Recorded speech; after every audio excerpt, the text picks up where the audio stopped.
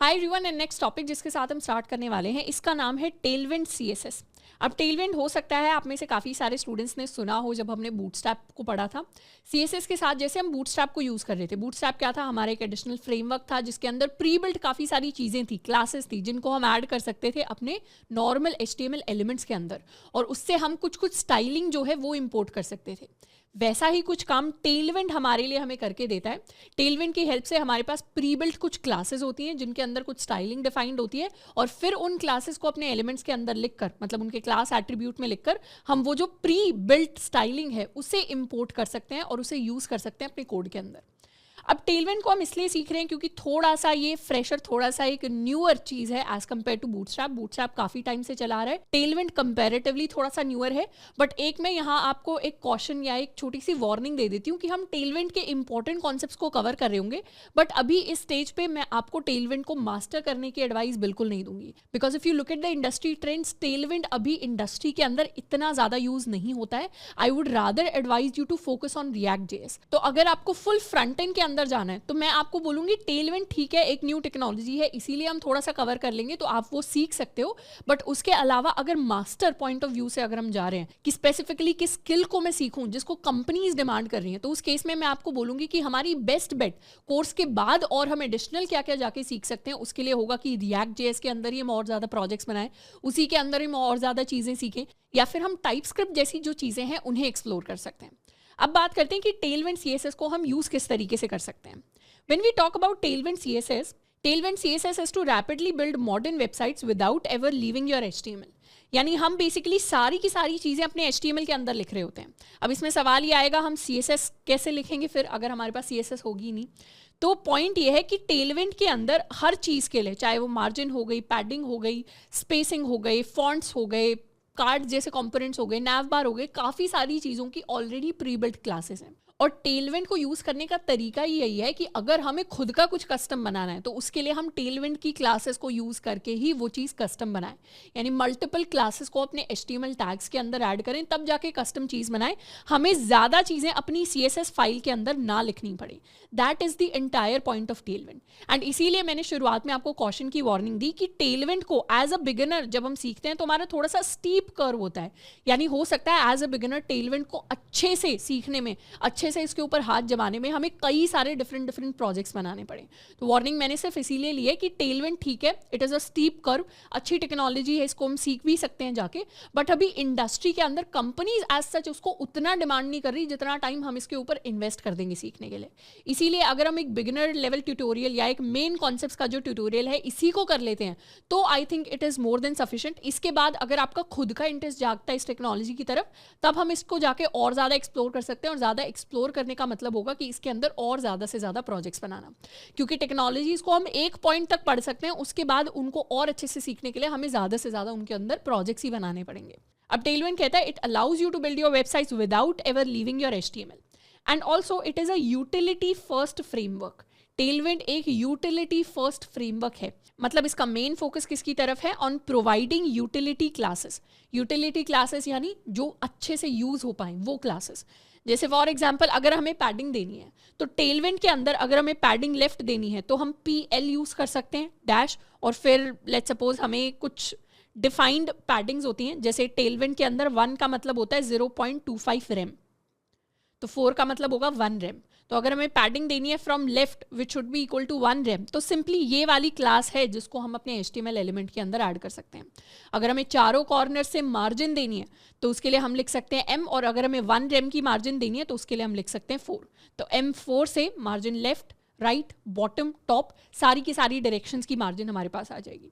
तो इस तरीके से सारी की सारी चीज़ें करने के लिए जो हम नॉर्मली CSS के अंदर किया करते थे उन सब के लिए हमारे टेलविंड के अंदर क्लासेस हैं और इन्हें हम यूटिलिटी क्लासेस कहते हैं। और टेलविंड का फोकस है कि उसे यूटिलिटी क्लासेस प्रोवाइड करनी है हमें, ना कि नॉर्मल प्लेन CSS, कोई एक्स्ट्रा CSS फाइल प्रोवाइड नहीं होगी, but actual utility classes provide होंगी CSS की फॉर्म में। अब क्योंकि ये एक यूटिलिटी फर्स्ट फ्रेमवर्क है जिसमें यूटिलिटी क्लासेस के ऊपर फोकस किया जाता है, तो इसको हम कह सकते हैं दैट इट रिड्यूसेस कन्फ्यूजन। कभी कभार ऐसा होता है कि हम मल्टीपल एलिमेंट्स के अंदर जब we have a very large code base, तो उस कोड बेस के अंदर कभी कभी अगर हम क्लासेस के नाम देने लगते हैं तो वो कई बार कंफ्यूजिंग हो सकते हैं। हो सकता है कोई मेन क्लास नाम हो, मेन हो सकता है हमारी मेन कंटेंट के अंदर भी किसी डिव की क्लास का नाम हो, मेन हो सकता है हमारे फुटर के अंदर भी किसी डिव के अंदर या किसी एल के अंदर या किसी यूएल के अंदर हमारा नाम हो। तो ऐसे केसेस में जो क्लासेस के नाम होते हैं बड़े कोड बेसिस में क्लैश कर सकते हैं। तो इसीलिए इट रिड्यूसेस कन्फ्यूजन। अगर हमारे पास ऑलरेडी प्री बिल्ट क्लासेस होती हैं, हमें अलग से बनाने की जरूरत नहीं है, पहले ही हमारे लिए मैक्सिमम क्लासेस बनी हुई हैं जिसको हम कहीं भी यूज कर सकते हैं। सेकेंड, टेलविंड को यूज करने का बेनिफिट ये रहता है कि इससे हमारा जो फाइनल प्रोडक्शन का बंडल साइज होता है वो सिग्निफिकेंटली इंक्रीज नहीं करता। फॉर एग्जाम्पल, आपने अपने कोड के अंदर 2 ही क्लासेस यूज की, एक आपने पैडिंग की क्लास यूज की, एक आपने मार्जिन की क्लास यूज की, आपने और कोई क्लास यूज नहीं की। तो इसका मतलब ये नहीं है कि जब आपका प्रोडक्शन बंडल क्रिएट होगा, प्रोडक्शन बंडल कहने का मतलब है जब आपका जो भी हमने टेलविंड के अंदर सारा का सारा कोड लिखा है उससे हमारी जो फाइनल फाइल्स क्रिएट होके आएंगी, उन फाइल्स के अंदर टेलविंड की सारी प्री बिल्ट क्लासेस होंगी। ऐसा नहीं होता। ब्राउजर के पास फाइनली जो कोड पहुंचेगा, ब्राउजर के पास फाइनली जो CSS पहुंचेगी, उस CSS के अंदर सिर्फ वही क्लासेस और सिर्फ उन्हीं क्लासेस का लॉजिक एंड कोड होगा जिनको हमने यूज किया है। तो एक्स्ट्रा चीजें जिन्हें हम यूज ही नहीं कर रहे वो हमारे प्रोडक्शन बंडल के अंदर एंटर नहीं करेंगी। तो इससे हमारा जो फाइनल बंडल क्रिएट होता है उसका साइज सिग्निफिकेंटली इंक्रीज नहीं होता, सिर्फ वही चीजें आती हैं जिनको हम यूज कर रहे होते हैं। तो ये 2 छोटे से बेनिफिट होते हैं टेलविंड को यूज करने के। इसके साथ साथ let's go and explore the Tailwind CSS website. We can search for Tailwind CSS and finally हम इस पेज पर पहुंचेंगे विच इज़ tailwindcss.com। यहाँ से हमें दिख रहा है काफ़ी सारी चीज़ें, अ utility for CSS framework packed with classes like, जैसे अगर आपको फ्लेक्सबॉक्स यूज़ करना है तो आपको सिर्फ फ्लेक्स क्लास ऐड करनी है। PT4 मैंने आपको बता ही दिया, this is padding from top. Text centre मतलब हम अपना टेक्स्ट सेंटर की तरफ लाना चाहते हैं, रोटेट 90। तो इस तरीके से एनिमेशन और भी काफ़ी सारी चीज़ें हैं जो हम डायरेक्टली अपने मार्कअप के अंदर यानी HTML के अंदर ऐड कर सकते हैं। तो लेट्स गेट स्टार्टेड जब करेंगे तो हमारे पास ये प्रॉपर हमारी डॉक्यूमेंटेशन आएगी कि किस तरीके से हम टेलविंड को इंस्टॉल कर सकते हैं, यूज़ कर सकते हैं। अब टेलविंड को यूज़ करने के या इसको इंस्टॉल करने के कई सारे तरीके होते हैं। इनमें से हम 2 जो सबसे फ्रीक्वेंटली यूज तरीके हैं उनको एक्सप्लोर करना चाहते हैं। अब इनमें से सबसे पहला तरीका जिसे हम एक्सप्लोर करेंगे that is going to be play CDN, यानी हम एक CDN लिंक इंक्लूड करेंगे और फिर टेलविंड CSS को यूज़ कर रहे होंगे। अब CDN को यूज़ करने के लिए हमारे पास ऑलरेडी छोटा सा कोड होना चाहिए। तो अपने VS कोड के अंदर हमने टेलविंड CSS नाम का एक फोल्डर बनाया हुआ है। इस टेलविंड CSS फोल्डर के अंदर we are going to create one index.html file. index.html के अंदर हम अपना नॉर्मल बॉयलर प्लेट जनरेट कर लेंगे और इसे कह देंगे टेलविंड CSS डेमो। अब टेलविंड CSS को यूज़ करने का सबसे आसान तरीका होता है CDN लिंक। CDN यानी डायरेक्ट आपको बस एक लिंक पेस्ट करना है। तो जो स्टेप्स हमें वेबसाइट के अंदर दिए हुए हैं उन्हीं को हम फॉलो करेंगे। Add the play CDN script to your HTML। ये जो स्क्रिप्ट टैग है इसको हम कॉपी कर लेंगे एंड इसे अपने HTML के अंदर हमने पेस्ट कर दिया। And second step is to try customising your config. अभी हमारे पास एज सच कॉन्फिग नहीं है, तो ये कॉन्फिग क्या है इसको हम इग्नोर कर देते हैं completely and try adding some custom CSS। अब हम अपनी कस्टम CSS जो है उसको ऐड करना स्टार्ट करेंगे। Let's come to our code and यहाँ पर I am going to create an H1 के अंदर हम लिखेंगे text hello world.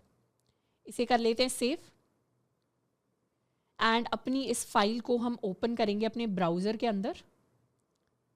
So this is basically our hello world text. एक अजीब सी चीज़ आप नोटिस करोगे कि ये जो हेलो वर्ल्ड का टेक्स्ट है, इवन दो हमने H1 के अंदर लिखा हुआ है, बट ये थोड़ा सा हमें छोटा दिखाई दे रहा है साइज में। उसका रीज़न है हमारी टेलविंड की प्री बिल्ट स्टाइलिंग। यानी अब अगर हम रिफ्रेश करेंगे तो ये हमारा नॉर्मल हेलो वर्ल्ड है जो H1 के अंदर दिखाई देना चाहिए, पर जैसे ही हम टेलविंड ऐड कर देते हैं सारे के सारे जो H1 होते हैं, अगर हम H2 भी क्रिएट करें यहाँ पर, let me create an H2। So this is my H2 and इसी तरीके से हम H3 क्रिएट कर सकते हैं।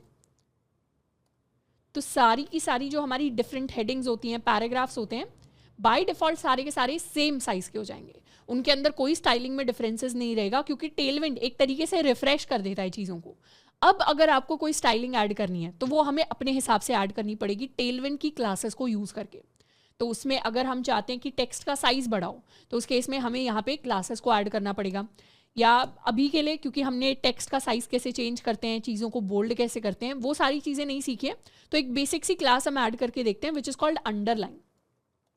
अगर हमें किसी भी टेक्स्ट के अंदर अंडरलाइन ऐड करनी होती तो नॉर्मल केसेस में हम क्या करते हैं, नॉर्मल केसेस में इसे हम कोई क्लास देते या H1 हेडिंग है तो H1 के हिसाब से रखते और टेक्स्ट डेकोरेशन प्रॉपर्टी को सेट करते टू अंडरलाइन। बट यहाँ पे हमारे पास टेलविंड में ऑलरेडी एक क्लास होती है जिसका नाम है अंडरलाइन, जो टेक्स्ट डेकोरेशन हमारे लिए ऐड कर देता है। इसको सेव करेंगे एंड इफ़ आई रिफ्रेश तो यहाँ पे क्या आएगा, यहाँ पे हेलो वर्ल्ड के लिए हमारे पास आ गई है एक underline. Let me zoom in थोड़ा सा। सो दिस इज़ माई अंडरलाइन। तो इस तरीके से अंडरलाइन आ गई। अगर हम चाहते हैं कि मुझे इसे कोई मार्जिन देनी है फ्रॉम लेफ्ट, तो मार्जिन लेफ्ट ऑफ 1 रेम हम दे सकते हैं ML4 करके। रिफ्रेश करेंगे तो ये क्या हो गया, थोड़ा सा राइट की तरफ शिफ्ट हो गया। तो इस तरीके से हम मार्जिन भी ऐड कर सकते हैं, हम चाहें तो पैडिंग भी ऐड कर सकते हैं। तो कई सारी डिफरेंट स्टाइलिंग है। जैसे हम बूटस्ट्रैप के अंदर चीज़ें किया करते थे, बूटस्ट्रैप के अंदर बहुत सारी डॉक्यूमेंटेशन थी, डिफरेंट कंपोनेंट्स थे जिनको हम सर्च करते थे, देखते थे। उसी तरीके से टेलविंड के अंदर भी बहुत सारी चीज़ें। अभी उन चीज़ों को एक्सप्लोर करने से पहले सही चीज़ है कि हम एक बार टेलविंड को यूज़ कैसे करते हैं वो सीख लें। तो टेलविंड को CDN के थ्रू यूज़ करने का ये तरीका होता है। बट जनरली जब हम टेलविंड को CDN के थ्रू यूज़ करते हैं, it is good for development but it is not good for production. If you inspect and look at the console, हमारे पास एक वार्निंग आती है कि CDN tailwind CSS.com जो है ये हमें प्रोडक्शन के लिए यूज़ नहीं करना चाहिए। To use Tailwind CSS in production, install it as a post CSS plugin और use the Tailwind CLI। यानी हमें CDN लिंक को प्रोडक्शन कहने का मतलब है कि एक्चुअली अगर आप अपने प्रोजेक्ट को बाद में जाके डिप्लॉय कराना चाह रहे हो, दूसरे लोगों के साथ शेयर करना चाह रहे हो, तो उस केस में हमें CDN यूज़ नहीं करनी चाहिए। उस केस में what we should do, we should use the CLI या पोस्ट CSS प्लगइन हमें यूज़ करना चाहिए। अब वैसे तो हम एक प्रोजेक्ट बना रहे हो, टेलविंड को हम बेसिक से सीख रहे हैं, तो उसके लिए CDN यूज़ करने में एज सच हमें प्रॉब्लम नहीं होनी चाहिए। क्योंकि एज अ स्टूडेंट अगर हम सिर्फ प्रोजेक्ट्स के लिए अप्लाई कर रहे हैं, हमें पता है हम फ्रेशर लेवल पोजीशन के लिए अप्लाई कर रहे हैं, तो वहाँ पे एज सच डिप्लॉयमेंट लेवल का हमें चीज़ें करने की ज़रूरत नहीं है। बट फिर भी ताकि आप में से कुछ स्टूडेंट्स हो सकता है जिनका इंटरेस्ट हो, तो उनके लिए हम दिखा देते हैं कि किस तरीके से CDN के अलावा जाके प्रोडक्शन लेवल पे हम टेलविंड के प्रोजेक्ट्स को सेटअप कर सकते हैं। अब नेक्स्ट हम बात करने वाले हैं कि कैसे हम टेलविंड को यूज़ कर सकते हैं यूजिंग टेलविंड CLI। अब टेलविंड CLI के लिए ऑलरेडी हमारे कंप्यूटर, हमारे सिस्टम के अंदर नोड इंस्टॉल्ड होना चाहिए। और क्योंकि हमने बैकएंड Node.js से ही किया है तो ऑलरेडी हमारे पास नोड इंस्टॉल्ड है। तो एक बार अपने CLI के इंस्ट्रक्शंस पे आ जाते हैं। इसी पेज पर जो इंस्टॉलेशन डॉक्यूमेंटेशन के अंदर इंस्टॉलेशन वाला पेज है, हम जाएंगे यूजिंग पोस्ट CSS, मतलब हम पोस्ट CSS प्लगइन वाला जो तरीका है उसे यूज़ करने वाले हैं। इसके लिए फर्स्ट इंस्ट्रक्शन है कि टर्मिनल के अंदर हमें इस कमांड को पेस्ट करना पड़ेगा। तो इसको कॉपी कर लेते हैं एंड टर्मिनल के अंदर यहाँ पर we are going to paste this command. उसके बाद हम एक इंटरेस्टिंग चीज़ यहाँ पे करने वाले हैं। हम चाहते हैं कि हमें बार बार, अभी जैसे हमें कोई भी हम चेंजेस कर रहे थे तो हमें बार बार क्या करना पड़ता था, HTML पेज पे हमें रिफ्रेश करना पड़ रहा था। पर हम क्या चाहते हैं, हमारे लिए ऑटो रिफ्रेश हो जाए, काफ़ी सारी चीज़ें ऑटो अपडेट हो जाए। उसके लिए we are going to make it a Vite project. तो npm इंस्टॉल वाइट यहाँ पे हम करने वाले हैं। वाइट को हमने रिएक्ट पढ़ते टाइम यूज़ किया था, तो उसी सेम वाइट को हम यहाँ पे इंस्टॉल करेंगे। नेक्स्ट हमें ये सेकंड कमांड रन करनी है, पर इसको हमें नॉर्मली रन नहीं करना। इस सेकंड कमांड को रन करने के लिए हम लिखेंगे ये कमांड, साथ के साथ हम इसमें एक फ्लैग यूज़ करेंगे which will be the -p flag. -p flag से ये जो पोस्ट CSS प्लगइन है, हम इसके लिए -p फ्लैग से हमारे लिए एक एडिशनल फाइल क्रिएट होगी जो हमारे पोस्ट CSS के लिए क्रिएट होगी। तो इसे एंटर कर देते हैं। तो अब एकदम से पहले हमने npm init किया था तो हमारे लिए नोड मॉड्यूल्स आए थे, हमारे लिए package.log.json आया था, package.json आया था। ओके, अब हमारे लिए जैसे ही हमने npx किया तो 2 फाइल्स जनरेट हुई हैं। एक है tailwind config.js, ये फाइल्स package.json, package log, इन सब के बारे में हमें ऑलरेडी पता है। ये 2 नई फाइल्स जनरेट हुई हैं। एक है tailwind config जिसके अंदर tailwind की कॉन्फ़िगरेशंस हम लिखते हैं, सेटिंग्स हम लिखते हैं। और एक है हमारे पास post CSS config। इस post CSS config को तो हम क्रॉस कर देंगे। और tailwind config के अंदर we are going to write something in content. Content के अंदर बेसिकली हम बताते हैं कि हमारा CSS जो टेलविंड की CSS है वो कहाँ कहाँ पे अप्लाई करनी चाहिए। अगर आपने कई सारी HTML फाइल्स बनाई हैं और आप चाहते हो एक ही फाइल के अंदर, 2 ही फाइल्स के अंदर अप्लाई हो, तो फिर हम वो 2-3 फाइल्स जो हैं उनको मेंशन कर सकते हैं। पर ओवरऑल अगर हम अपने पूरे प्रोजेक्ट के अंदर टेलविंड CSS को यूज़ करना चाहते हैं तो उसके लिए we can use double quotes या स्ट्रिंग्स, और उसके अंदर हम लिख सकते हैं स्टार। स्टार कहने का मतलब है कि टेलविंड CSS हर जगह हम यूज़ करना चाहते हैं। इसको सेव कर देते हैं, क्रॉस कर देते हैं। इसके बाद नेक्स्ट हम आ जाते हैं। नेक्स्ट स्टेप के अंदर हमारे पास ये पोस्ट CSS कॉन्फ़िगरेशन फाइल आ गई है। टेम्पलेट के अंदर हमने अपना पाथ ऐड कर दिया कि हम कहाँ कहाँ अपनी CSS को यूज़ करना चाहते हैं कंटेंट के अंदर। नेक्स्ट हमें अपने लिए एक CSS फाइल बनानी पड़ेगी। इसको हम style.css भी कह सकते हैं, इसको हम input.css भी कह सकते हैं। यहाँ पे इसे main.css बोला हुआ है। We can name it anything we want. तो हम इसको style.css कह लेते हैं। style.css के अंदर हमें क्या करना पड़ेगा, ये 3 जो चीज़ें हैं इनको इंक्लूड करना पड़ेगा। तो add the Tailwind directives for each of the Tailwind's layers to your main CSS file. तो टेलविंड की 3 मेन लेयर्स होती हैं और ये उन्हें ऐड करने का तरीका है, डायरेक्टिव्स है, डायरेक्शंस है। तो टेलविंड की 3 लेयर्स होती है, एक होती है हमारी बेस लेयर, एक होती है हमारी कंपोनेंट लेयर। हर लेयर के अंदर कुछ ना कुछ CSS डिफाइंड होती है और फिर लास्ट में ये जो यूटिलिटी लेयर्स है, यहाँ से हमारी यूटिलिटी क्लासेस जनरेट होती हैं। तो इस तरीके से तीनों लेयर्स को हम अपनी style.css फाइल के अंदर लिखेंगे। नेक्स्ट आ जाते हैं अपने नेक्स्ट इंस्ट्रक्शंस पे। तो नेक्स्ट इंस्ट्रक्शंस में हमें कुछ नहीं करना, हमें अपना सर्वर स्टार्ट करना है। पर उसको करने से पहले, बिल्ड को स्टार्ट करने से पहले we are going to make one more change. और ये चेंज आपको डॉक्यूमेंटेशन के अंदर दिखाई नहीं देगा, तो जो स्टेप्स मैं बता रही हूँ ये इंपॉर्टेंट है, इनको नोट डाउन कर लेना है। नेक्स्ट चेंज जो हम करेंगे वो हमारी package.json के अंदर होगा। क्योंकि हमने वाइट को इंस्टॉल किया है तो हम चाहते हैं कि जब भी हमारी जो पैकेजिंग हो, बंडलिंग हो, पूरा हमारा जो सर्वर जो है स्टार्ट हो, वो स्टार्ट होना चाहिए यूजिंग वाइट। तो उसके लिए हम स्क्रिप्ट्स ऐड कर सकते हैं। स्क्रिप्ट्स के अंदर we are going to add a command start using Vite. इसको हम सेव कर लेते हैं। तो package.json के अंदर हमें इस चीज़ को ऐड करना है। इसे अब क्रॉस कर देते हैं। And next thing that we can do is, हम चाहें तो अब ये CDN वाला जो स्क्रिप्ट टैग है इसको यहाँ से कम्प्लीटली हटा सकते हैं। और नेक्स्ट चीज़ जो हम करेंगे, इसे क्लियर कर लेते हैं। That will be npm run start।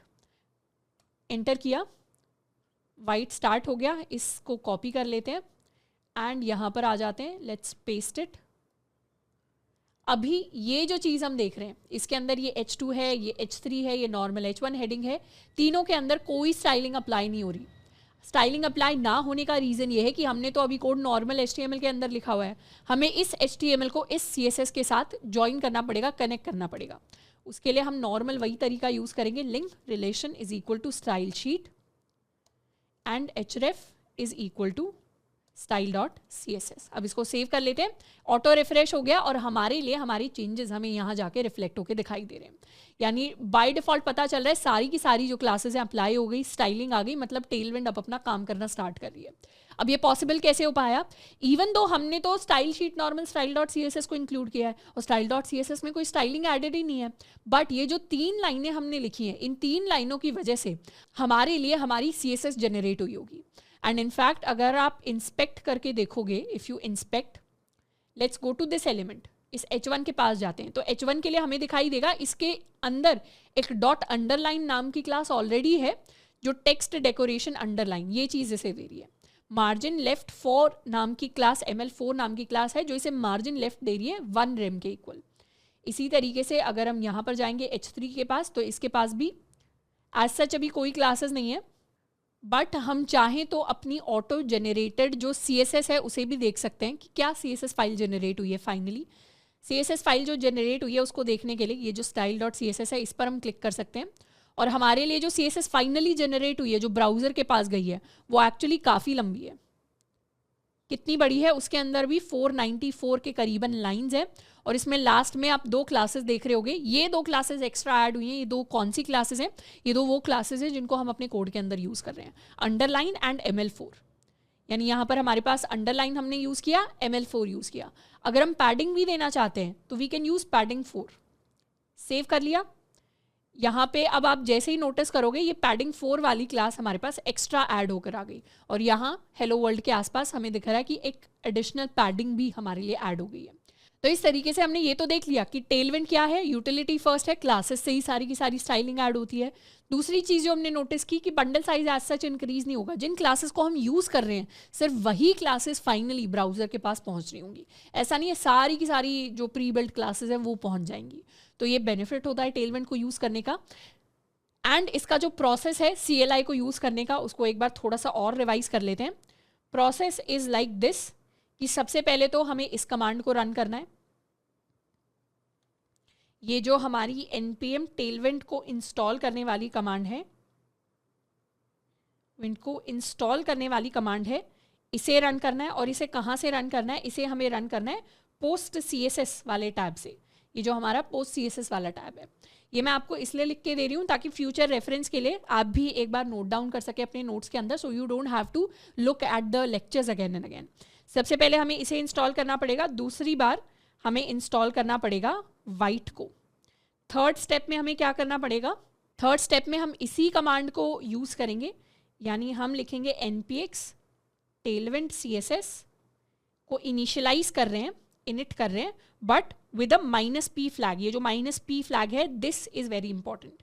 Next चीज जो हम करेंगे वो अपनी इस टेलविंड config.js के अंदर, टेलविंड config.js के अंदर हम अपने कंटेंट में ऐड कर देंगे दिस स्टार। इस स्टार से हम बता रहे हैं कि हमारी टेलविंड हर जगह अप्लाई होनी चाहिए। फिफ्थ स्टेप में हम क्या करने वाले हैं, अपने लिए अपनी style.css या main.css या input.css जो भी फाइल है उसको क्रिएट करेंगे, और उसके अंदर हमें ऐड किस चीज़ को करना है? उसके अंदर हमें इन डायरेक्टिव्स को ऐड करना है। तो we have to add the directives there. And six step के अंदर हमें अपने package.json के अंदर चेंजेस करने हैं। package.json के अंदर हमें ऐड करना है स्टार्ट के लिए अपने वाइट को। सेवेंथ स्टेप में we have to link CSS with HTML। And इन सारे के सारे स्टेप्स के बाद फाइनली जो कमांड रन करनी है that will be npm run start। इस कमांड को लिखने से हमारा क्या होगा? हमारा जो कोड है वो स्टार्ट हो जाएगा, सर्वर स्टार्ट हो जाएगा, और वाइट के थ्रू हमारा प्रोजेक्ट जो है वो हमारे लिए ऑटो रिफ्रेश होता रहेगा। तो इस तरीके से we are going to use Tailwind CSS। ये हो सकता है फर्स्ट टाइम लेंदी तरीका लगे, बट अगर आप प्रॉपरली टेलविंड को यूज़ करना चाहते हो तो this is the proper way to do it. Next चीज़ जिसको टेलविंड के अंदर हम पढ़ने वाले हैं, ये है हमारे पास टाइपोग्राफी एंड साइजिंग।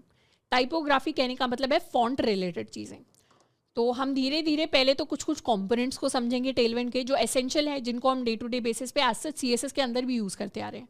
तो पहले हम नॉर्मल बेसिक चीज़ों को समझेंगे, उसके बाद हम एक एक्टिविटी के थ्रू जानेंगे कि किस तरीके से सारे कॉन्सेप्ट्स को हम इंटीग्रेट कर सकते हैं इनटू बिल्डिंग समथिंग। तो टेलविंड के अंदर if we have to go and search for typography, तो इसी डॉक्यूमेंटेशन वाले पेज पर ही अगर हम नीचे नीचे स्क्रॉल डाउन करेंगे तो यहाँ पे काफ़ी सारी चीज़ें हमें दिखाई देंगी। हमें लेआउट के लिए काफ़ी सारी चीज़ें दिखाई देंगी। फ्लेक्स बॉक्स और ग्रिड अप्लाई करना है तो कौन सी क्लासेस ज़रूरी हैं, स्पेसिंग के लिए क्या क्लासेस ज़रूरी हैं, साइजिंग के लिए क्या क्लासेस ज़रूरी हैं, फाइनली टाइपोग्राफी। टाइपोग्राफी में let's start with font family. अब फॉन्ट फैमिली के लिए लेट्स सपोज अगर हमें अलग अलग फॉन्ट फैमिलीज़ को यूज़ करना है तो उसके लिए हमारे पास अलग अलग क्लासेस हैं। हम फॉन्ट सैंस लिख सकते हैं, डायरेक्टली हमें क्लास का नाम इंक्लूड करना है। तो यहाँ एक क्विक एग्जाम्पल भी दिया हुआ है कि एक पैराग्राफ बना, उसके अंदर फॉन्ट सैंस लिखा, तो ये जो जितनी भी क्लासेस हैं, मतलब प्रॉपर्टीज़ हैं, ये सारी की सारी प्रॉपर्टीज़ हमारे लिए इंक्लूड हो जाएंगी। तो यहाँ पे ऑलरेडी डॉक्यूमेंटेशन में लिखा होता है कि किस क्लास का क्या मतलब है। उस क्लास का मतलब अगर वो क्लास अगर आप इंक्लूड कर रहे हो तो CSS के अंदर किस चीज़ के वो इक्विवेलेंट है। तो लेट्स क्रिएट 3 पैराग्राफ।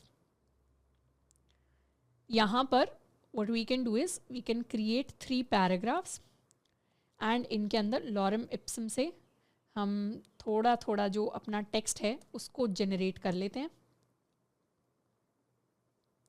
तो ये हमारे 3 पैराग्राफ्स हो गए। तीनों पैराग्राफ्स अभी नॉर्मली एक जैसे दिखाई दे रहे होंगे। ये तीनों पैराग्राफ्स, इनके अंदर हम फॉन्ट फैमिली इंक्लूड करेंगे। तो फर्स्ट के अंदर इंक्लूड करते हैं font sans. Let's give it a class of font sans. Next के अंदर we are going to give it font serif. And तीसरे के अंदर हम क्लास देने वाले हैं फॉन्ट मोनो। अगर क्लासेस का नाम लिखने में मिस्टेक हो जाती है तो उस केस में वो क्लासेस की स्टाइलिंग अप्लाई नहीं होगी, तो करेक्ट नाम लिखना ज़रूरी है। एंड एज सच हमें क्लासेस के नाम याद भी नहीं रखने। अगर आप टेलविंड CSS को और एक्स्ट्रा सीखने में इंटरेस्टेड हो तो आपको 5-6 अगर आप प्रोजेक्ट्स बनाओगे तो बेसिक क्लासेस आपको वैसे ही याद हो जाएंगी। एंड उसके अलावा मैक्सिमम हम उन बेसिक क्लासेस को ही मोस्टली रिपीट कर करके यूज़ कर रहे होते हैं हर प्रोजेक्ट के अंदर। कुछ क्लासेस होंगी जो आपको हमेशा देखनी पड़ेंगी, क्योंकि हो सकता है कंफ्यूजिंग नाम हो सकता है वो इतनी फ्रीक्वेंटली यूज क्लासेस ना हो। तो एज सच हमें नाम याद रखने पे फोकस नहीं करना। शुरुआत में एज अ बिगिनर शुरू के 2-3 प्रोजेक्ट्स के लिए हम बिल्कुल बिना किसी परेशानी के अपने डॉक्यूमेंटेशन को खोलने के साथ ही अपने कोड को लिख सकते हैं।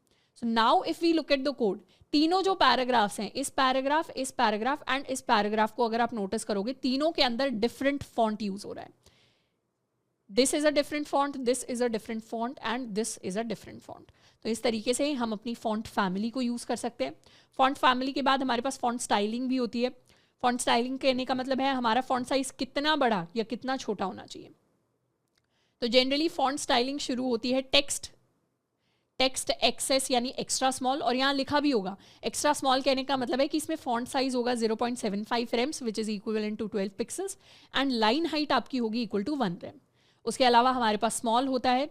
अगर हमें बेस चाहिए तो बेस होता है which is equal to 1 rem, 16 pixels हमें ऑलरेडी पता है. टेक्स्ट लार्ज भी आप कर सकते हो, एक्सेल कर सकते हो, 2 एक्सेल, 5 एक्सेल, इस तरीके से टेक्स्ट को बढ़ाया जा सकता है. टिल 9 एक्सेल तक हम इस टेक्स्ट को लेकर जा सकते हैं. तो एक चीज़ ट्राई करते हैं. Let's create 3 headings. एक हमने H1 क्रिएट किया, दिस इज H1. इसी तरीके से हम H2 एंड H3 क्रिएट करते हैं. ये हमारा H2 हो गया एंड ये हमारे लिए हमारा H3 हो गया. सेव एंड यहाँ आ जाते हैं. अभी हमारे H1, H2, H3 बिल्कुल एक जैसे दिखाई दे रहे हैं. इन्हें अब चेंज करने के लिए what we can do is we can add some styling. तो जो हमारा H1 है उसे तो दे देते हैं, let's try 5 XL, text 5 XL, इसको क्लास दे देते हैं टेक्स्ट 5 एक्सेल. सेव. यहाँ आएंगे. Now this is a larger heading, थोड़ी सी साइज में बड़ी होकर आई है. H2 की जो है इससे थोड़ी सी छोटी होनी चाहिए, तो उसको 3 एक्सेल हम दे सकते हैं. Class text 3 XL. So this will be our H2 and H3 के लिए we can give it XL, class text XL. तो ये हमारा H3 बन जाएगा. हम चाहें तो इन हेडिंग साइजेस को और ज़्यादा इंक्रीज भी कर सकते हैं. इसको 6 एक्सेल दे देते हैं, इसे 4 दे देते हैं एंड इसे 2 दे देते हैं. रिफ्रेश किया तो ये हमारी तीनों की तीनों हेडिंग्स हमारे पास आ गई. तो अगर हमें वो हेडिंग्स के डिफरेंट साइजिंग वाला इफेक्ट क्रिएट करना है तो उसके लिए एडिशनली जाके हमें क्लासेस को ऐड करना पड़ेगा अपने एलिमेंट्स के अंदर. नेक्स्ट हम फॉन्ट स्मूदिंग को देख सकते हैं, that controls the font smoothing of an element. या हम फॉन्ट स्टाइल को भी देख सकते हैं कि अगर हमें इटैलिक स्टाइल चाहिए, हमें नॉन इटैलिक स्टाइल चाहिए. जैसे इस H1 हेडिंग के लिए we can keep it italic, तो ये हमारे लिए इटैलिक हेडिंग हो जाएगी. हम फॉन्ट वेट की तरफ जा सकते हैं विच इज़ रियली इंपॉर्टेंट, क्योंकि अभी अगर आप नोटिस करोगे तीनों जो हेडिंग्स हैं तीनों का मतलब फॉन्ट वेट में एज सच कोई चेंज नहीं आया. तो किसी को भी अगर आपको फॉन्ट थिन रखना है तो फॉन्ट वेट इक्वल टू 100. हमें पता है फॉन्ट वेट की सेटिंग्स 100 से 900 तक जाती है. तो लास्ट में हमारे पास फॉन्ट ब्लैक आ जाता है. We have bold, we have semi bold, we have medium, we have normal. तो इस तरीके से हम अपने फॉन्ट को भी चेंज कर सकते हैं.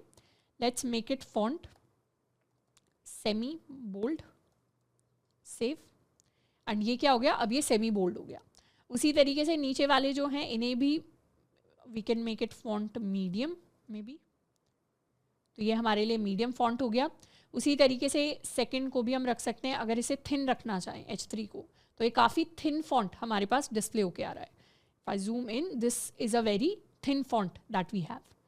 तो फॉन्ट वेट के अलावा हमारे पास लेटर स्पेसिंग भी होती है कि कितना टाइटली या कितना लूजली हमारे लेटर्स लिखे हुए हैं. फॉर एग्जाम्पल अलग अलग पैराग्राफ्स के अंदर if we have tracking tight, तो ट्रैकिंग टाइट कहने का मतलब है कि लेटर्स के बीच की जो स्पेसिंग होगी वो काफ़ी टाइट होगी, बीच में ज़्यादा स्पेसिंग नहीं होगी. तो अगर आप इस टेक्स्ट और इस टेक्स्ट को कंपेयर करोगे वाइड वाले को, तो there is a noticeable difference कि बीच में काफ़ी सारी स्पेसिंग हमारे पास आ जाती है. उसी तरीके से हमारे पास लाइन हाइट की भी प्रॉपर्टी होती है और टेक्स्ट अलाइन की भी प्रॉपर्टी होती है. टेक्स्ट अलाइन के अंदर अगर हम चाहते हैं हमारा टेक्स्ट सेंटर की तरफ अलाइंड हो, तो हम सिंपली उसको टेक्स्ट सेंटर दे सकते हैं. अपनी ये जो H1 हेडिंग है इटैलिक हटा के इसे एक क्लास देते हैं टेक्स्ट सेंटर. सेव. तो ये क्या, टेक्स्ट हमारा सेंटर की तरफ आ गया. उसी तरीके से अगर किसी पैराग्राफ को हम टेक्स्ट एंड देना चाहते हैं या राइट देना चाहते हैं, दोनों ही ठीक हैं क्योंकि इंग्लिश के अंदर दोनों का ही मतलब सेम होता है. Let's give it to our last paragraph. इससे हम दे देते हैं टेक्स्ट राइट. सेव. तो यहाँ आएंगे तो ये जो हमारा टेक्स्ट है this is oriented, this is directed towards the right direction. तो इस तरीके से हम टेक्स्ट का अलाइनमेंट जो है उसे भी चेंज कर सकते हैं. तो ये तो हो गया अबाउट टाइपोग्राफी. आप जाके और ज़्यादा चीज़ें टाइपोग्राफी के अंदर एक्सप्लोर कर सकते हो. नेक्स्ट हम बात करेंगे साइजिंग के बारे में. तो साइजिंग में मेन चीज़ हमारे पास आती है विड्थ। अगर हमें विड्थ एंड हाइट भी देनी है, फॉर एग्जांपल किसी डिव को देनी है, तो उसके लिए हम क्या यूज़ करेंगे, उसके लिए हम विड्थ प्रॉपर्टी को यूज़ करेंगे। तो this is the utility for setting the width of an element. Width add करने का क्या तरीका होता है, हम लिखते हैं W और फिर डैश एंड उसके बाद हम कोई नंबर लिखते हैं, और इस नंबर से हमारे लिए पता चलता है कि हम कितनी विड्थ चाहते हैं। फॉर एग्जाम्पल हमें 0 पिक्सल्स चाहिए तो उसके लिए हम 0 लिखेंगे। अगर हमें 1 पिक्सल के इक्वल चाहिए तो उसके लिए हम W डैश पिक्सल लिखेंगे। अगर हमें 0.5 चाहिए, 0.5 कहने का मतलब है यहाँ पर this is equal to 0.125 rem. तो टेलविंड के अंदर 1 को जनरली आप देखोगे that is always equal to 0.25 rems. तो इसका मतलब है 4 पिक्सल्स के बराबर होता है 1। तो अगर मुझे 1 रैम की विड्थ चाहिए तो उसके लिए I will give W4 which is equal to width of 1 rem. इसी तरीके से बढ़ती जाती है एंड 40 है हमारे पास, 44 है, 48 है, we are 52, 56, 60। So it is increasing in the multiples of 4। तो 4 की टेबल आपको आनी चाहिए 40 के बाद भी, मतलब डबल टेबल अगर आती है 4 की। तो डॉक्यूमेंटेशन हमेशा है। विड्थ ऑटो भी हम रख सकते हैं। 50% विड्थ के लिए हम लिखते हैं W हाफ, 33% के लिए 1/3, 66% के लिए 2/3 एंड इस तरीके से 25%। अगर हमें परसेंटेजेस में विड्थ देनी है तो उसके लिए हम अपनी फ्रैक्शंस को यूज़ कर सकते हैं। तो इस तरीके से अलग अलग तरीके होते हैं विड्थ को देने के। Let's start by creating a div for us. इस सारा कंटेंट हटा देते हैं, अपने लिए एक डिव को क्रिएट करते हैं। डिव के अंदर दिस इज अ डिव। तो ये हमारे पास हमारा डिव आ गया। अब इस डिव को हम क्लासेस देना स्टार्ट करेंगे। स्टार्टिंग के लिए I am going to give it a colour. तो बैकग्राउंड इसे हम दे देते हैं ग्रीन, 500 सेव। तो इस तरीके से ताकि हमें क्लियर हो जाए कि हम डिव के अंदर जब विड्थ की बात कर रहे हैं तो किस तरीके से विड्थ चेंज हो रही है। बाकी बैकग्राउंड कलर कैसे देते हैं उसके बारे में भी अभी हम पढ़ेंगे। विड्थ को सेट करके देखते हैं। अगर मैंने इसे विड्थ दी इक्वल टू 4 यानी 1 रैम की विड्थ दी है तो this is equal to 1 rem. ये काफ़ी छोटी सी विड्थ है हमारे डिव के लिए, but we can increase it. We can give it a width of let's say 60। तो ये इक्वल टू 60 देख लेते हैं किसके इक्वल होता है। 60 जो है that is equal to 15 rem, यानी 240 पिक्सल्स के बराबर अभी हमारी विड्थ है। 60 से इंक्रीज करके we can also make it something like 72। 72 का मतलब है 288। ज़्यादा डिफरेंस आया नहीं, बट 96 अगर करेंगे तो वो थोड़ा सा नोटिसेबल डिफरेंस होगा। तो दिस इज इक्वल टू 96, यानी ये हमारी 384 पिक्सल्स की विड्थ हमारे पास है। अगर हमें 50% देना है तो 1/5 रख सकते हैं, सॉरी 1/2 रख सकते हैं। तो ये हाफ हो गया स्क्रीन का। अगर 1/3 देना है तो 1/3 रख सकते हैं, 1/3 हो गया स्क्रीन का। इसी तरीके से अगर 1/5 देना है तो 1/5 रख सकते हैं, this is the 1/5 of the screen. तो इस तरीके से अलग अलग तरीके से हम अपनी विड्थ को सेट कर सकते हैं। विड्थ के अलावा हमारे पास minimum width, maximum width type की भी प्रॉपर्टीज़ होती हैं। एंड जैसे विड्थ होता है वैसे ही सेम तरीके से हमारे पास हाइट होता है। हाइट के लिए भी वही सेम तरीका है हाइट को लिखने का, वही सेम नंबर्स हैं जिनको हम यूज़ कर सकते हैं। Let's give this div a height 2। Width में इसे हम देने वाले हैं, let's give it a width of 96। तो ये हो गया 96। हाइट में इसे हम हाइट दे सकते हैं 4 की हाइट के साथ स्टार्ट करते हैं। So this is equal to 1 rem, जो हमारे टेक्स्ट को भी कवर नहीं कर रहा कंप्लीटली। बाकी इसे हम इंक्रीज कर सकते हैं, let's make it 24। So this is 24 and 24 का क्या मतलब होता है, 24 का मतलब होता है height is equal to 6 rem, यानी 96 पिक्सल्स के equal. We can increase it, make it 44। तो ये हमारी 44 के बराबर हाइट हो जाएगी।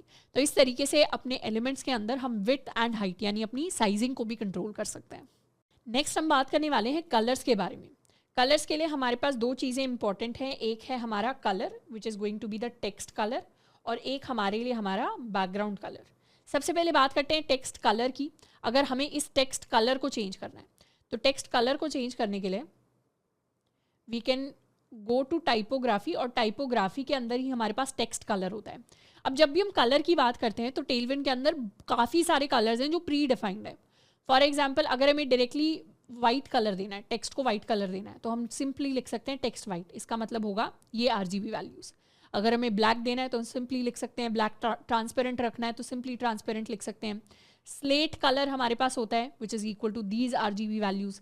ग्रे हमारे पास होता है। एंड इसी तरीके से अगर आप स्क्रॉल डाउन करोगे हमारे पास we have something called the zinc colour, neutral colour, stone colour, red colour. Red के डिफरेंट शेड्स आपको राइट में दिखाई देंगे।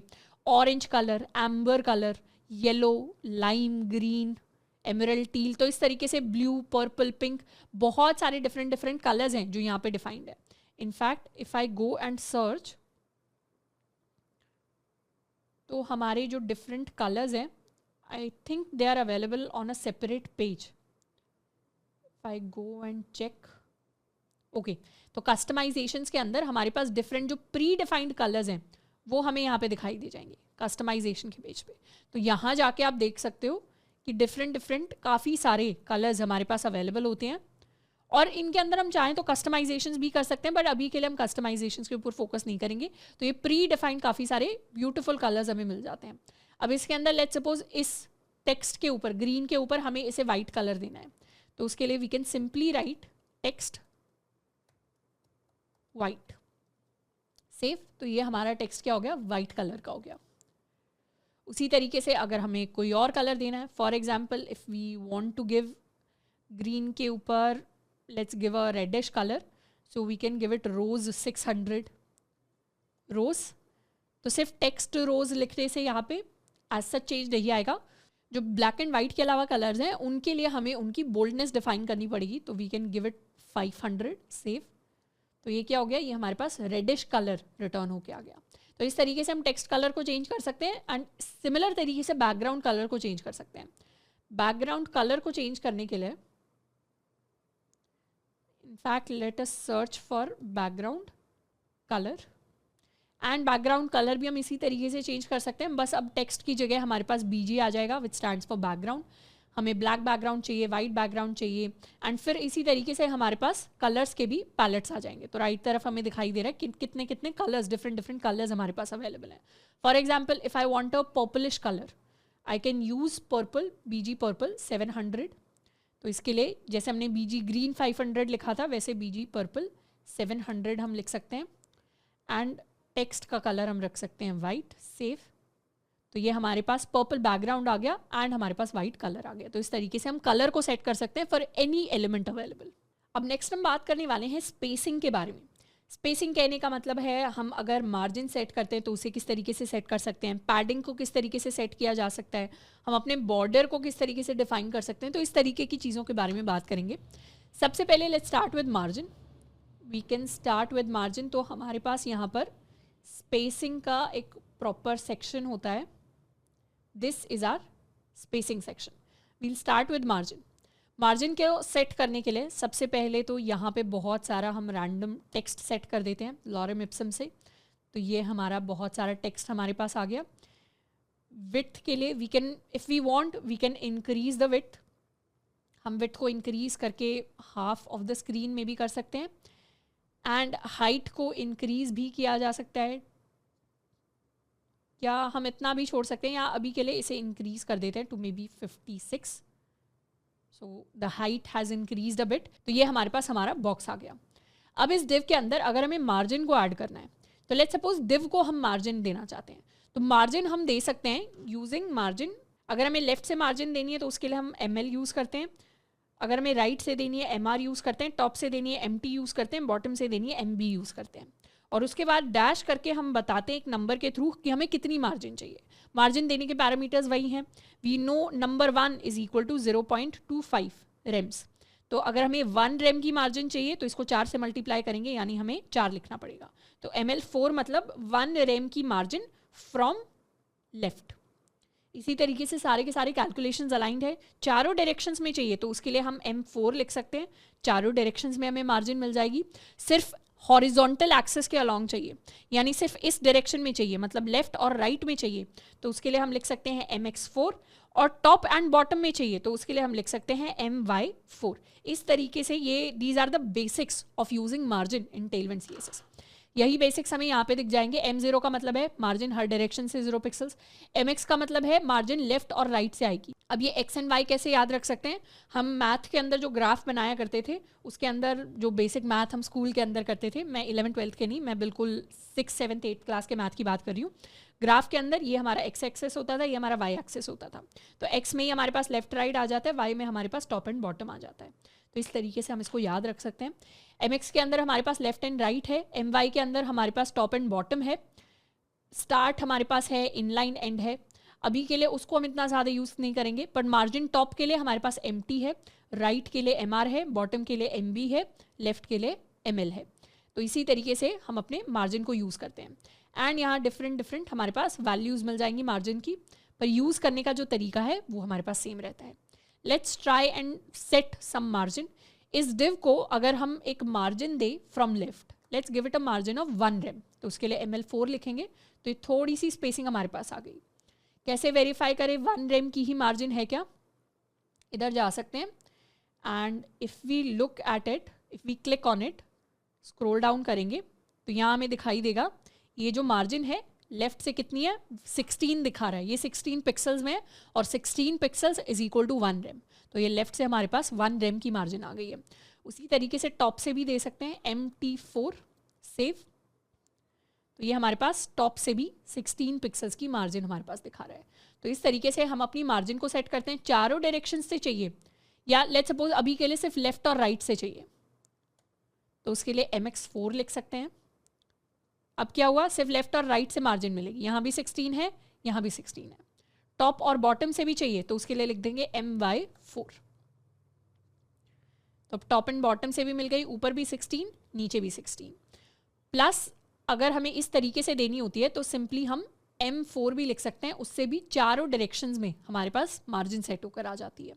साथ के साथ एक और इंटरेस्टिंग चीज़ कि हम मार्जिन को नेगेटिव वैल्यू की तरह भी सेट कर सकते हैं। फॉर एग्जाम्पल हम लेफ्ट से मार्जिन देते हैं, मार्जिन लेफ्ट ऑफ 4, तो उसका मतलब तो होगा लेफ्ट से स्पेसिंग आ गई इस तरीके से। बट अगर हम इसे नेगेटिव कर दें, यानी सामने नेगेटिव साइन लगा दिया, तो क्या हुआ, हमारा टेक्स्ट क्या कर रहा है, अब स्क्रीन के बाहर जाने की कोशिश कर रहा है। अगर टॉप से भी मैं मार्जिन दूं, if I give it MT4, तो गैप आ गया। बट अगर इसे नेगेटिव मार्जिन दे दें तो ऊपर से भी टेक्स्ट स्क्रीन से बाहर जाने की कोशिश करेगा। तो इस तरीके से नेगेटिव मार्जिन भी देना पॉसिबल होता है इन टेलविंड CSS। ये तो हो गया all about margin. Next let's talk about padding. Padding के लिए we can go to the padding page, और मार्जिन पैडिंग बिल्कुल सिमिलर वे में वर्क करती है टेलविंड के अंदर। यानी जिस तरीके से हमने मार्जिन की बात की थी वैसे ही हमारी पैडिंग होती है।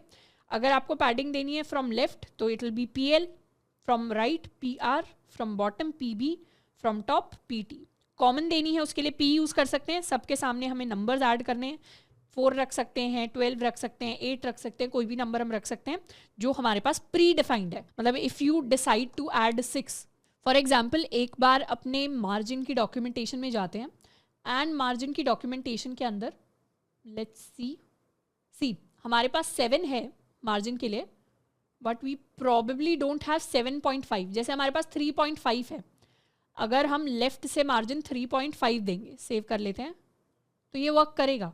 But if I try and give it 7.5 it will not work, क्योंकि 7.5 डॉक्यूमेंटेशन के अंदर प्री डिफाइंड हमारे पास नहीं है।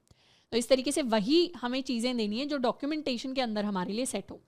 अब पैडिंग की बात करते हैं, उसी तरीके से यहाँ 4 सेट कर देते हैं। जो हमारा टेक्स्ट है उसे पैडिंग देने की कोशिश करते हैं। Let's give it a padding from left equal to 1 rem. तो ये क्या हो गया, लेफ्ट में स्पेस हमारे लिए क्रिएट हो गई। पैडिंग के लिए भी हम चार्ट देख सकते हैं अपना। Let's look at our chart. तो ये इस डिव पे जाके हमें उसे सिलेक्ट करना पड़ेगा एलिमेंट को। तो ये हमारे पास टेक्स्ट के अंदर पैडिंग आ गई है इक्वल टू 16। उसी तरीके से अगर हम दोनों डायरेक्शंस में देना चाहते हैं, PX4 16 एंड 16 दोनों डायरेक्शंस में, तो एक गैप भी आपको दिखाई दे रहा होगा टेक्स्ट के अंदर। टॉप से अभी कोई गैप नहीं है, पर जैसे ही टॉप से पैडिंग दे देंगे PT4, वैसे ही टॉप से अब एक गैप आ जाएगा। हम इसी तरीके से बॉटम एंड टॉप दोनों से देना चाहते हैं, we can use PY and we can also use P4। Next चीज़ जिसके बारे में हम बात करना चाहते हैं, spacing, that is called space between. Space between control करता है the space between the child elements. यानी फॉर एग्जाम्पल इस तरीके से हमारे पास 3 डिव्स हैं। इन तीनों डिव्स को एक बार क्रिएट करके देखते हैं, इसे हटा लेते हैं। Let's create 1 div. This is our div 1, this is our div 2 and this is our div 3। ये हमारे पास 3 divs आ गए। तीनों divs को चाहें तो अलग अलग कलर्स दे सकते हैं। Let's give it a background of purple 400 या 500 एंड इसको टेक्स्ट दे देते हैं वाइट के इक्वल। यही same class we are going to add into 3, वो सेव कर लेते हैं। तो ये हमारे पास पेरेंट डिव हो गया, इसके अंदर ये 1 2 3 हमारे पास 3 डिव्स हो गए। सारे के सारे डिव्स को थोड़ी सी मार्जिन दे सकते हैं इक्वल टू 4, तो हमें क्लियरली पता होगा which div stands for which value. M4 save. तो ये हमारा फर्स्ट डिव है, ये हमारा सेकंड डिव है, ये हमारा थर्ड डिव है, इस तरीके से। अब अगर हम इन सारे डिव्स को कुछ कुछ स्पेसिंग देना चाहते हैं तो वी कैन डिसाइड कि we want to give the spacing, यानी स्पेसिंग कहने का मतलब यहाँ पर margin from top and bottom ही है। ये जो हमने M4 सेट किया है सभी के लिए, तो इसको कॉमनली यहाँ पर इस तरीके से सेट करने की बजाय हम क्या कर सकते हैं, इस पेरेंट डिव के अंदर सेट कर सकते हैं। तो पेरेंट डिव से सारे के सारे जो चाइल्ड डिव्स हैं उनको ऑटोमेटिकली स्पेसिंग मिल जाएगी। अगर हमें हॉरिजॉन्टली स्पेसिंग देनी है यानी लेफ्ट से, तो उसके लिए हम एक्स को यूज़ कर सकते हैं। अगर हमें वर्टिकल स्पेसिंग देनी है यानी टॉप से देनी है, तो उसके लिए हम वाई को यूज़ कर सकते हैं। तो लेट अस स्टार्ट विद, अभी हमें क्या देना है, हमें इसे वर्टिकल स्पेसिंग देनी है, यानी हाइट वाइज हम चाहते हैं स्पेसिंग आ जाए। तो उसके लिए क्लास ऐड करेंगे स्पेस y4, 4 का मतलब इज इक्वल टू 1 रेम। तो ये क्या हुआ, अब 1 रेम की स्पेसिंग इनके बीच में आ गई, तो बीच में एक्स्ट्रा स्पेस आ गई हमारे पास, स्पेस बिटवीन। तो इस तरीके से हम इसे यूज़ कर सकते हैं। इसके अलावा हम इसे फ्लेक्स के साथ भी यूज़ कर सकते हैं। अगर हमें डिस्प्ले फ्लेक्स यूज़ करना होता है तो यहाँ आते हैं फ्लेक्स में। फ्लेक्स लिखने के लिए we can simply write flex. अगर हम सिंपली सिर्फ फ्लेक्स लिख देते हैं तो इसका मतलब डिस्प्ले फ्लेक्स हो जाता है हमारे लिए। तो इन तीनों डिव्स को एक बार डिस्प्ले फ्लेक्स देके देखते हैं और स्पेसिंग को हटाते हैं, सेव। तो ये तीनों आ गए हमारे पास, ये डिस्प्ले फ्लेक्स हमारे लिए हो गया। अब अगर हम स्पेसिंग देना चाहते हैं तो एज सच वर्टिकल स्पेसिंग इस तरीके से अप्लाई करती है।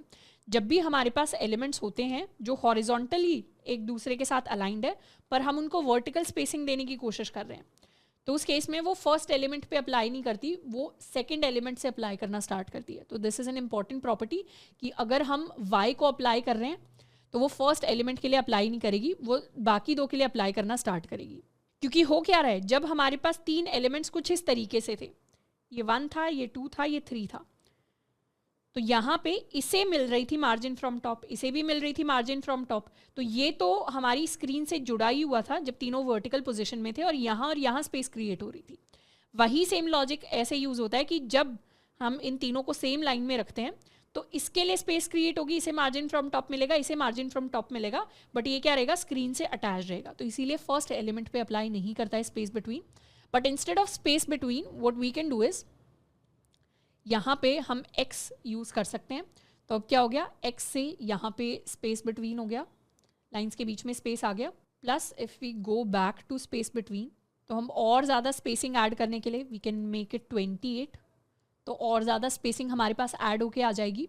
या फिर अगर जब भी हम फ्लेक्स यूज़ कर रहे हैं तो फ्लेक्स के अंदर हमें पता है कि अगर एलिमेंट्स को सेंटर करना है, इस तरीके की चीज़ें करनी है, तो फ्लेक्स के अंदर बहुत सारी डिफरेंट प्रॉपर्टीज़ होती हैं। जैसे जस्टिफाई कंटेंट का हमें पता है, तो अगर हम चाहते हैं जस्टिफाई कंटेंट में स्पेस बिटवीन यूज़ करें, तो this is a different space between, that was a different space between. उस स्पेस बिटवीन का मतलब था जिसे हम पहले यूज़ कर रहे थे, मतलब ये वाला जो हम स्पेस लिखकर यूज़ कर रहे थे, उसका मतलब था कि हम चाइल्ड एलिमेंट्स के बीच में स्पेस देना चाहते हैं। यहाँ पे भी चाइल्ड एलिमेंट्स के बीच में स्पेस दी जा रही है, बट ये जस्टिफाई करके दी जा रही है, यानी फ्लेक्स के लिए दी जा रही है। तो वी कैन जस्टिफाई बिटवीन, तो इक्वल स्पेसिंग आ जाएगी। तो इस तरीके से 1, 2 एंड 3 हमारे पास इक्वल स्पेसिंग आ गई। अगर हम सेंटर में रखना चाहते हैं चीज़ों को, तो we can simply give it centre, तो हमारे पास चीज़ें सारी की सारी सेंटर में आ गई। उसी तरीके से अलाइन आइटम्स हम काफ़ी फ्रीक्वेंटली यूज़ करते हैं। अलाइन आइटम्स के लिए हम स्टार्ट में अलाइन करना चाहते हैं तो आइटम स्टार्ट कर सकते हैं, एंड में अलाइन करना चाहते हैं आइटम्स एंड कर सकते हैं। तो इस तरीके से बहुत सारी चीज़ें हैं। फ्लेक्स रैप रखना है नहीं रखना, उसके लिए हमारे पास फ्लेक्स नो रैप होता है, रैप रिवर्स होता है, फ्लेक्स रैप होता है। तो फ्लेक्स से रिलेटेड, ग्रिड से रिलेटेड बहुत सारी डिफरेंट प्रॉपर्टीज़ हमारे पास अवेलेबल हैं। अब स्पेसिंग के अंदर ही एक और चीज़ को हम कवर कर सकते हैं, which is the border property.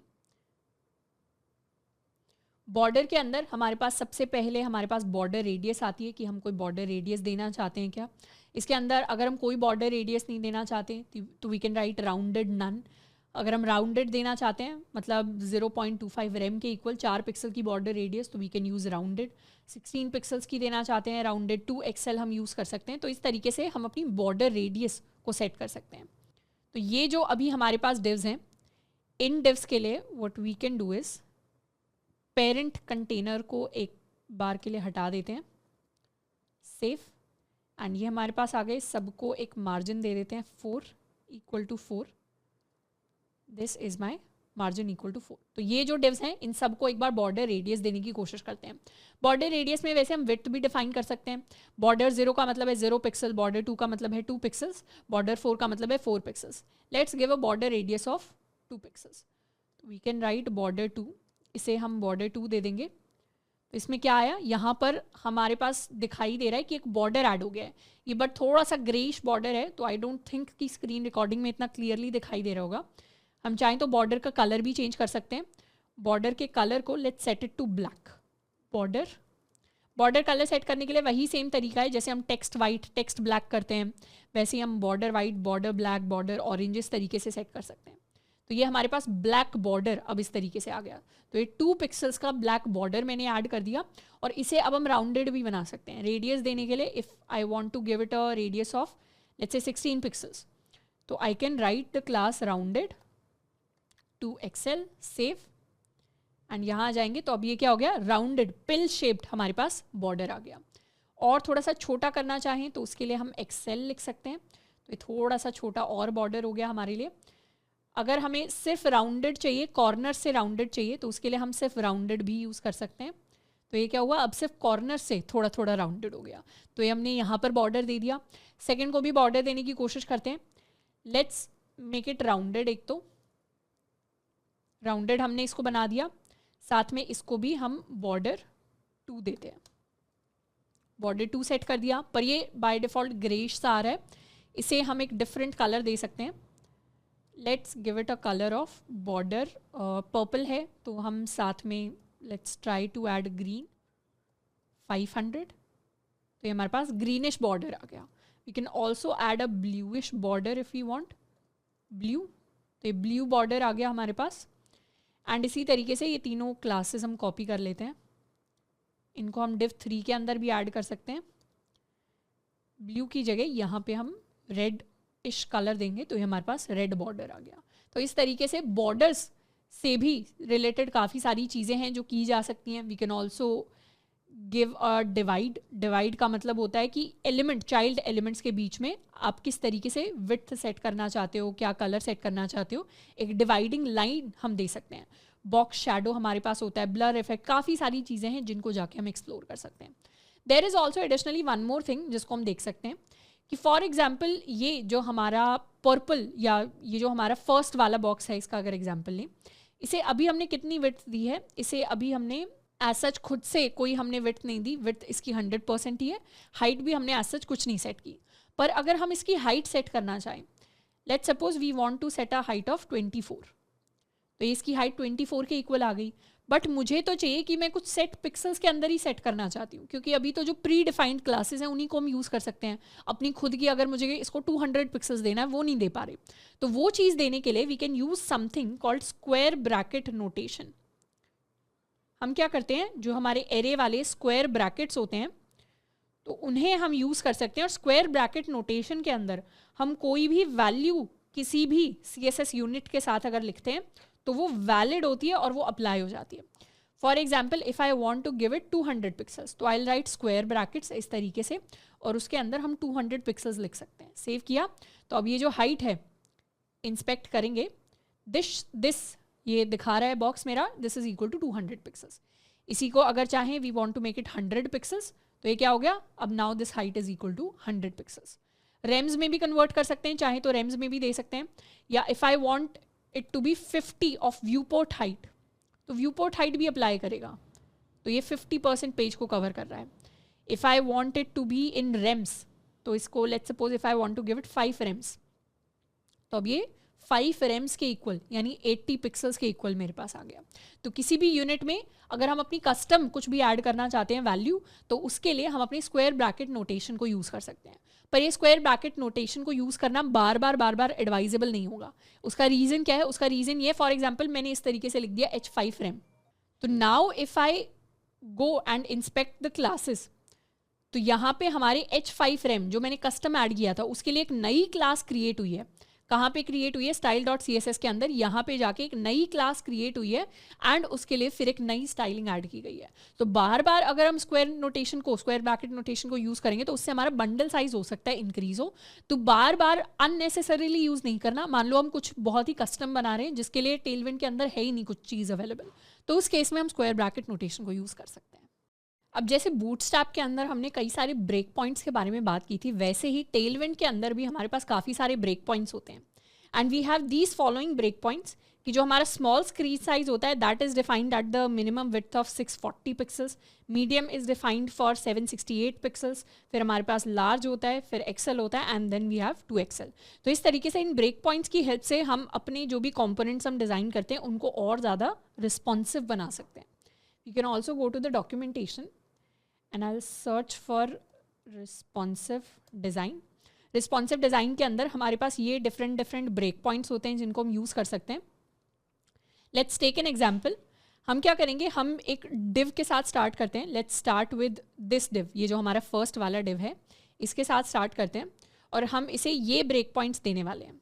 हम अपने ब्रेक पॉइंट्स को इस तरीके से लिखते हैं कि पहले हम अपने ब्रेक पॉइंट का प्रीफिक्स लिखेंगे कि मीडियम स्क्रीन साइज पर कितनी विड्थ होनी चाहिए या कोई और अगर प्रॉपर्टी है तो वो किस तरीके से लिखी होनी चाहिए, और फिर लार्ज स्क्रीन साइज पे कितनी प्रॉपर्टी होनी चाहिए।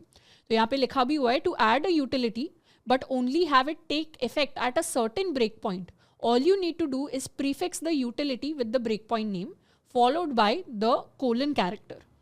तो इसे एक बार कॉपी कर लेते हैं। Let's copy this and add into our class।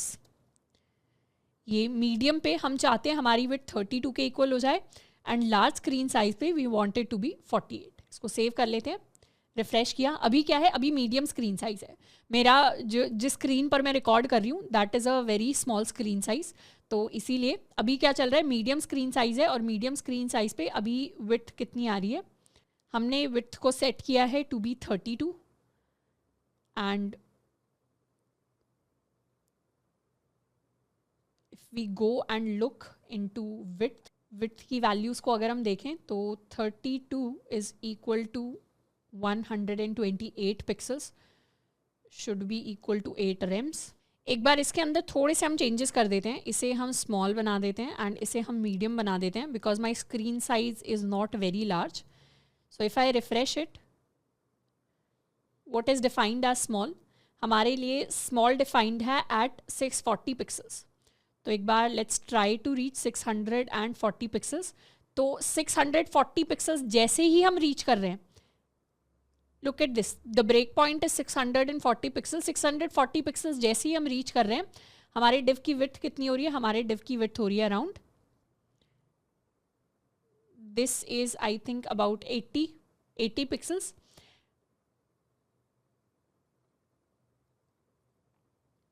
And उसके बाद if I cross it, medium में वो थोड़ी सी इंक्रीज़ हो रही है। तो पहले वो 32 पर सेट थी, उसके बाद मीडियम साइज़ में वो इंक्रीज़ होके हो रही है 48। But once again my screen size is very small, उसके अंदर लार्ज एक्सेल वो सारे दिखाना पॉसिबल नहीं हो पाएगा। बट स्मॉल एंड मीडियम के बेसिस पे मैंने आपको दिखा दिया कि जैसे ही 640 पिक्सल सेट कर रहा है वैसे ही जो भी प्रॉपर्टी हमने सेट करने की कोशिश की थी वो हम सेट कर पा रहे हैं। We can also see it using colour. जैसे स्मॉल स्क्रीन साइज पे हम चाहते हैं कि जो हमारा बैकग्राउंड कलर हो वो हो जाए ऑरेंज 500, और मीडियम पे हम चाहते हैं कि जो हमारा बैकग्राउंड कलर हो वो हो जाए, we have orange, we could have yellow 500। इसको सेव कर लेते हैं। अभी क्या है, अभी है येलो, क्यों, क्योंकि अभी जो स्क्रीन साइज है by default that is a medium screen size. And जैसे ही मीडियम से छोटा होगा, मतलब 640, मतलब मीडियम तो हमारा क्या है, मीडियम है हमारा 768, अभी स्क्रीन साइज क्या है, अभी स्क्रीन साइज है अबाउट 680, यानी जो मीडियम से छोटा है। तो अभी हम स्मॉल स्क्रीन साइज में, स्मॉल में क्या है, स्मॉल में है ऑरेंज, एंड उससे और छोटे हो जाएंगे तो फिर वो हमारा डिफ़ॉल्ट साइज आ जाएगा। तो इस तरीके से हम अपनी जो रिस्पॉन्सिवनेस है, जो अपनी स्टाइलिंग है, उसके अंदर चेंज लेके आ सकते हैं यूजिंग ब्रेक पॉइंट्स। नेक्स्ट हम बात करने वाले हैं अबाउट अप्लाई डायरेक्टिव। अब अप्लाई डायरेक्टिव कहने का क्या मतलब है, अप्लाई डायरेक्टिव हमारे टेलविंड के अंदर होता है @apply। जिस तरीके से हमने अपनी इस टेलविंड या style.css के अंदर ये जो डायरेक्टिव्स लिखे हैं, डायरेक्टिव्स होता है बेसिकली डायरेक्शंस देना, तो वैसे ही हम एक और तरीके की डायरेक्शन दे सकते हैं यूजिंग @apply। इसे हम यूज़ करते हैं to create our own custom CSS। एक एग्जाम्पल लेते हैं, एग्जाम्पल के अंदर let us remove this responsiveness and इसके लिए हम हाइट को भी रिमूव कर देते हैं और यहाँ पर आ जाते हैं। एंड कंसिस्टेंसी मेंटेन करने के लिए what we can do is, ये हमारे पास 3 डिव्स हैं। अब इन तीनों डिव्स के अंदर मुझे पता है कि इतनी प्रॉपर्टीज़ तीनों डिव्स के अंदर कंप्लीटली कॉमन है, ये भी कॉमन है, ये भी कॉमन है, ये भी कॉमन है, और इन तीनों को हम 3 बार लिख रहे हैं तो उससे क्या हो रहा है, हमारे कोड के अंदर रेपिटेटिवनेस आ रही है, हमारी काफ़ी सारी कोड के अंदर चीज़ें रिपीट कर रही हैं। जनरली अगर कोई भी स्टाइलिंग रिपीट करती तो उसके लिए हम क्या करते हैं, जनरली अगर हमने कोड के अंदर 3 डिव्स बनाए, ये हमारे 3 डिव्स हैं, और इन तीनों डिव को फॉर एग्जांपल मुझे बैकग्राउंड कलर देना है पर्पल, मुझे इन्हें टेक्स्ट देना है, या नॉर्मल जो हमारा नॉर्मल CSS से अगर हम लिखते हैं तो वो देना है वाइट के इक्वल, एक बॉर्डर रेडियस इनके लिए हमें सेट करनी है, तो उसे हम 16 पिक्सल्स रख सकते हैं। कुछ और अगर हमें सेट करना है, फॉर एग्जांपल यहाँ पे हमने मार्जिन दी हुई है तो मार्जिन हमें सेट करनी है 1 रेम्स के इक्वल। तो ये सारी की सारी डिफरेंट प्रॉपर्टीज़ है जो हम सेट कर सकते हैं। अभी प्रॉपर्टी क्या है उसको ज़्यादा हम डिटेल में नहीं करेंगे, पर बेसिकली अलग अलग प्रॉपर्टीज़ हैं। तो जनरली जब हमें खुद की CSS लिखनी होती है तो सारी प्रॉपर्टीज़ को हम कंबाइन करते हैं और उन्हें हम एक क्लास दे देते हैं। इसको हम एक माई डिव क्लास दे सकते हैं, या इसे चाहें तो हम एक क्लास दे सकते हैं, let's call it box, we can give it a box class. और फिर यही क्लास इसे भी दे सकते हैं, आके इसे भी दे सकते हैं, इसे भी दे सकते हैं। तो हमें हर बार अपनी प्रॉपर्टीज़ को रिपीट नहीं करना पड़ता। बट यहाँ पे क्योंकि हम टेलविंड की क्लासेस यूज़ कर रहे हैं तो हर बार हमें क्लासेस को रिपीट करना पड़ रहा है, इवन दो हम सेम सेट ऑफ क्लासेस को यूज़ करना चाहते हैं। तो इस रिपीटेशन से बचने के लिए हमारे पास एक तरीका होता है टेलविंड के अंदर, to inline any existing utility classes into our own custom CSS। और वो करने का तरीका होता है कि हम style.css में जाएं, और जैसे हमें नॉर्मली अपनी कोई क्लास हमें डिफाइन करनी होती वैसे ही हम एक क्लास डिफाइन कर सकते हैं, we can call it box. और बॉक्स के अंदर हम अपनी स्टाइलिंग ऐड कर सकते हैं, और ये जो स्टाइलिंग होगी इसके अंदर हम बॉर्डर रेडियस इस तरीके से जो CSS की स्टाइलिंग है उसे ऐड नहीं करेंगे, हम यहाँ भी टेलविंड की स्टाइलिंग को ऐड करेंगे। और उसे ऐड करने के लिए हम यूज़ करेंगे @apply। हम लिखते हैं @apply और उसके बाद हम कौन कौन सी क्लासेस को हम अप्लाई करना चाहते हैं। जैसे हमें पता है ये जो क्लासेस हैं, इतनी क्लासेस कलर के अलावा, बॉर्डर कलर के अलावा बाकी सब कॉमन है, तो इसको कॉपी कर लेते हैं एंड इसे हम एक स्पेस देकर यहाँ पर लिख सकते हैं और फिर हमारा सेमीकोलन।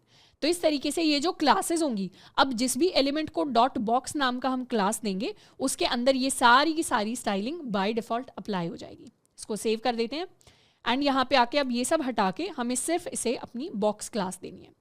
उसी तरीके से यहाँ पर भी हम अपनी बॉक्स क्लास देंगे एंड उसी तरीके से इस स्टाइलिंग को हटाकर भी हम अपनी बॉक्स क्लास देंगे। इसको सेव कर लेंगे, हमने सेव कर लिया, हमारी कोड से रेपिटेशन थोड़ी सी कम हो गई। अब वो जो रेपिटेशन थी वो हमने एक जगह शिफ्ट कर दी, और अब जाकर अगर रिफ्रेश करेंगे तो फिर भी हमारी जो स्टाइलिंग है वैसी के वैसी अप्लाई होकर हमारे पास आएगी, यानी कोई चेंज नहीं आया। तो बेटर तरीका ये होता है कि जब भी स्टाइलिंग में बहुत सारी क्लासेस हैं जो रिपीट हो रही है डिफरेंट एलिमेंट्स के लिए, तो उन एलिमेंट्स को हम एक कॉमन क्लास दे सकते हैं, अपनी खुद की कस्टम CSS क्लास बना सकते हैं और फिर उन्हें अप्लाई डायरेक्टिव से इस तरीके से अपनी style.css के अंदर लिख सकते हैं। अब ये जो style.css के अंदर हमने लिखी है अपनी मेन क्लास, अगर हम इंस्पेक्ट करें, if we inspect and if we go to our style sheet जो जनरेट हुई है फाइनली, तो इसके अंदर क्या होगा, लास्ट में हमें अपनी मेन क्लास देखने को मिलेगी। लास्ट में इफ़ वी गो तो हमारे पास हमारी जो .box क्लास है वो हमारे लिए जनरेट हुई है। और एक चीज़ आप नोटिस करोगे, हमें पता है style.css के अंदर CSS में जो चीज़ पहले लिखी जाती है उसकी कम प्रायोरिटी होती है, जो चीज़ बाद में लिखी जाती है उसकी ज़्यादा प्रायोरिटी होती है। तो जो .box करके हमने स्टाइलिंग लिखी है वो, क्योंकि हमने पेज में यहाँ इन तीनों से क्या होगा, पहले टेलविंड की क्लासेस जनरेट होंगी, फिर हमारी लास्ट में जाके क्लास जनरेट होगी, इसीलिए हमारी क्लास जो है वो हमेशा एंड ऑफ द पेज में आएगी। अगर उसे हमने यहाँ पे एंड ऑफ द पेज में लिखा है तो उसकी मतलब हाईएस्ट प्रायोरिटी होगी। बट फॉर एग्जाम्पल ये जो टेक्स्ट वाइट है, हम कल को अपनी खुद की कस्टम टेक्स्ट वाइट क्लास बनाते हैं।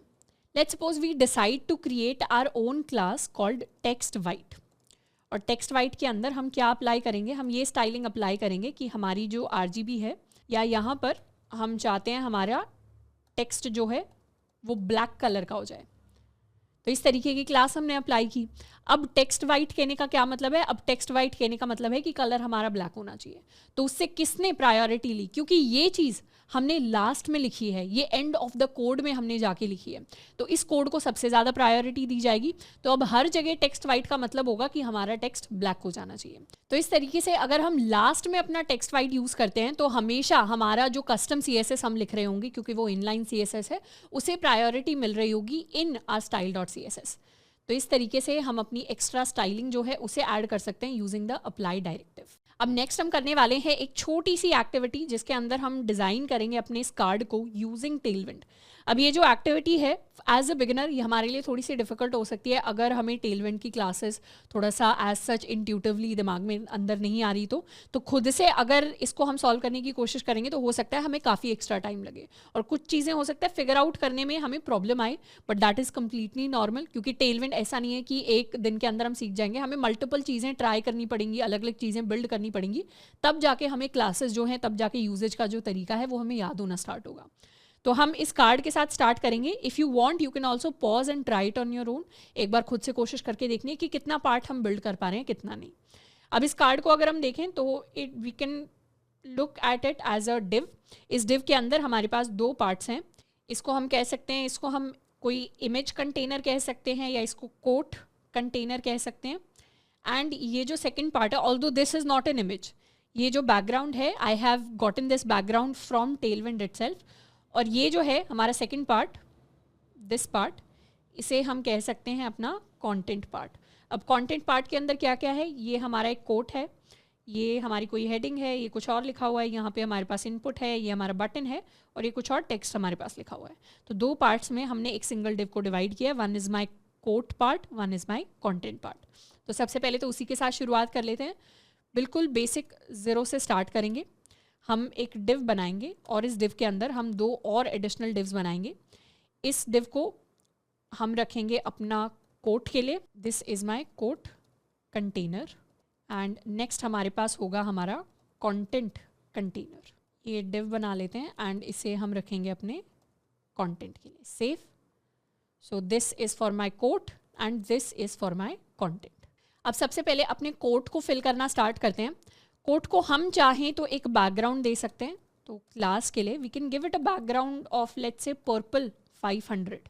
तो इस तरीके से पर्पल बैकग्राउंड हमारे पास आ जाएगा। पर अगर हमें वो एग्जैक्ट बैकग्राउंड चाहिए तो उसके लिए we can search for something called gradient. तो ग्रेडियंट कलर्स हमारे पास होते हैं। We can use the gradient colours we have in Tailwind and इन्हें हम यूज़ कर सकते हैं। यहाँ पर हमारे पास बैकग्राउंड कलर के काफ़ी सारे ऑप्शंस होते हैं। If we go to background image, अच्छा बैकग्राउंड इमेज के अंदर जाके we have different beautiful gradients that we can use. We have use this second gradient, तो इसकी हम क्लासेस सिंपली जाके कॉपी कर सकते हैं। ये हमने कॉपी कर लिया, पेस्ट कर दिया। अपना पर्पल हम हटा लेते हैं, सेव, एंड ये हमारे पास हमारा कोट आ गया। कोट के अंदर we know we have use the text colour as white, तो वाइट टेक्स्ट हम दिखाना चाहते हैं, तो ये हमारा कोट आ गया। कोट के अंदर हमने लिखा हुआ है न्यूज़ यू कैन ट्रस्ट, तो एक न्यूज़ सब्सक्रिप्शन लेटर या कार्ड हम एक तरीके से बना सकते हैं। तो न्यूज़ यू कैन ट्रस्ट, इस तरीके का हम कुछ लिख सकते हैं। तो ये हमारे पास हमारा कोट आ गया है। साथ के साथ हम इसे एक इंक्रीज हाइट भी दे सकते हैं। Let's try and give a height of 24। This is the increase height. हम चाहे तो इसको डिक्रीज भी कर सकते हैं, इंक्रीज भी कर सकते हैं। We can make it 20 in fact. तो इस तरीके से हम इसे हाइट दे सकते हैं। अब अपने टेक्स्ट को यहाँ पे सेंटर करने के लिए बहुत सारे तरीके हैं। Let's try to give it a flex property. Flex इसको अगर हमने दे दिया तो फ्लेक्स के बाद वी कैन गिव इट, या इनफैक्ट डायरेक्टली इसको अगर हम टेक्स्ट सेंटर दे दें, सेव, तो ये टेक्स्ट हमारा सेंटर में आ गया। या टेक्स्ट सेंटर की बजाय let's give it flex because we also wanted to be vertically centred. Flex हमने दे दिया। अब हॉरिजॉन्टली अलाइन करने के लिए the class we have in Tailwind is justify centre, save, तो ये सेंटर के अंदर आ गया। एंड अलाइन करने के लिए आइटम्स को let's go to flex. Even I don't remember all of the classes and I don't think anybody does. जो हमारी मेजर क्लासेस होती है जिनको हम बार बार यूज़ करते हैं, वो टाइम के साथ जब आप मल्टीपल प्रोजेक्ट्स बनाओगे उस तरीके से आपको याद होंगी। फ्लेक्स के लिए we have to use align items. तो अलाइन आइटम्स के लिए we can use items centre save. तो ये हमारा सेंटर के अंदर आ गया। हम चाहें तो इसे बोल्ड बना सकते हैं। तो क्लासेस को बोल्ड करने के लिए हमें क्या करना होता है, फॉन्ट के अंदर यानी टाइपोग्राफी में जाएंगे एंड फॉन्ट वेट के अंदर we can use font bold. Let's try and make it bold. So this is our bold font. तो इस तरीके से हम कुछ कुछ चीज़ें ऐड कर सकते हैं। तो ये हमारा अपर पोर्शन हो गया, हमारा कोड कंटेनर। नेक्स्ट हम बिल्ड करना स्टार्ट कर सकते हैं अपने कंटेंट कंटेनर को। तो कंटेंट कंटेनर के अंदर यहाँ पर आ जाते हैं। कंटेंट में सबसे पहले तो हम अपनी एक H3 हेडिंग रख सकते हैं। We can make the heading to be stay up to date with the latest.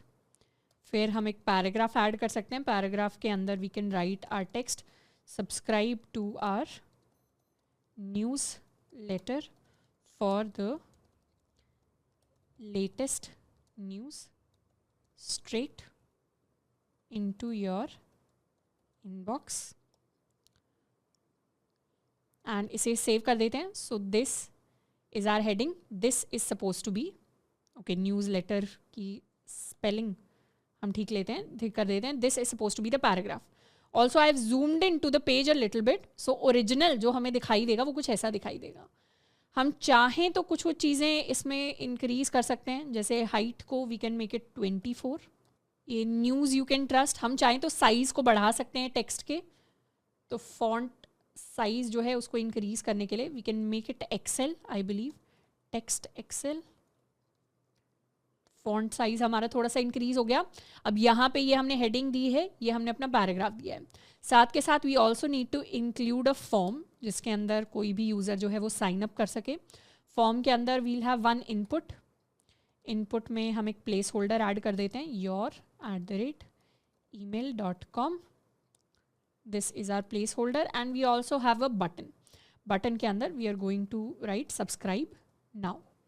And last में हम एक छोटा सा और पैराग्राफ दे देंगे जिसके अंदर हमें लिखना है we value your privacy. Save कर लेते हैं, रिफ्रेश कर लेते हैं। तो ये सारी की सारी चीज़ें हमारे पास आ गई। अब बाय डिफ़ॉल्ट देखोगे तो बटन जैसा दिखाई नहीं देता जब हम टेलविंड यूज़ करते हैं। इनपुट बॉक्स भी हमारे पास डिफरेंट सा दिखाई देता है। तो इनके अंदर काफ़ी सारी चेंजेस हैं जो हमें करने पड़ेंगे। सबसे पहले तो इन सारी चीज़ों को थोड़ा सा सेंटर अलाइन करने की कोशिश करते हैं। तो इनके पेरेंट के अंदर आते हैं एंड इसे कुछ क्लासेस देना स्टार्ट करेंगे। इसे हम क्लास दे सकते हैं, let's give it text centre. Save. तो हमारा सारा का सारा टेक्स्ट हमारे पास सेंटर में आ गया। एंड साथ के साथ इन दोनों को फॉर्म के अंदर इसे साथ में हम ऊपर से थोड़ा सा स्पेस दे सकते हैं। Let's give it a margin from top equal to 6 में भी।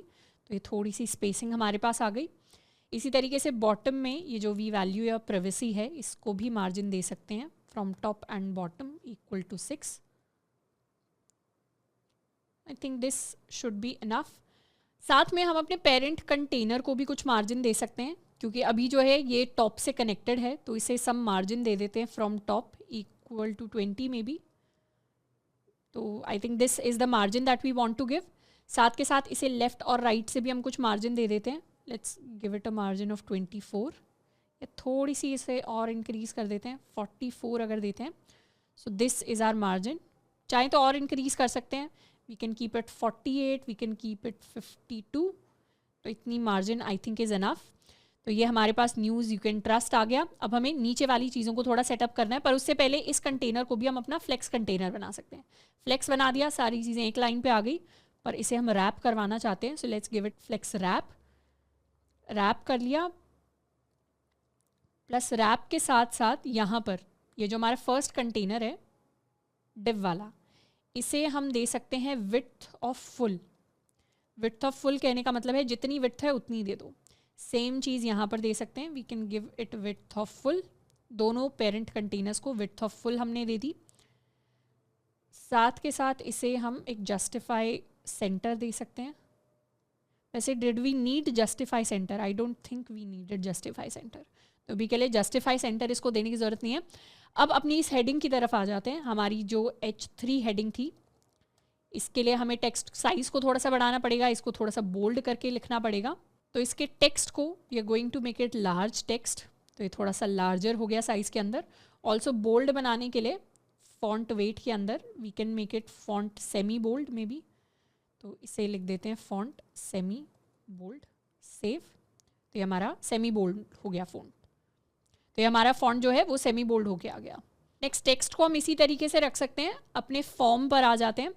फॉर्म के लिए let's make the form flex and flex wrap, maybe flex wrap हो गया, पर अभी भी चीज़ें यही हैं। पर उसके साथ साथ जो हमारा इनपुट कंटेनर है इसे हम कुछ क्लासेस देंगे, और हमारा जो बटन है इसे हम कुछ क्लासेस देंगे। सबसे पहले तो बटन को हम एक बैकग्राउंड दे सकते हैं। Let's give it a background of purple 500 अभी के लिए। So this is our button.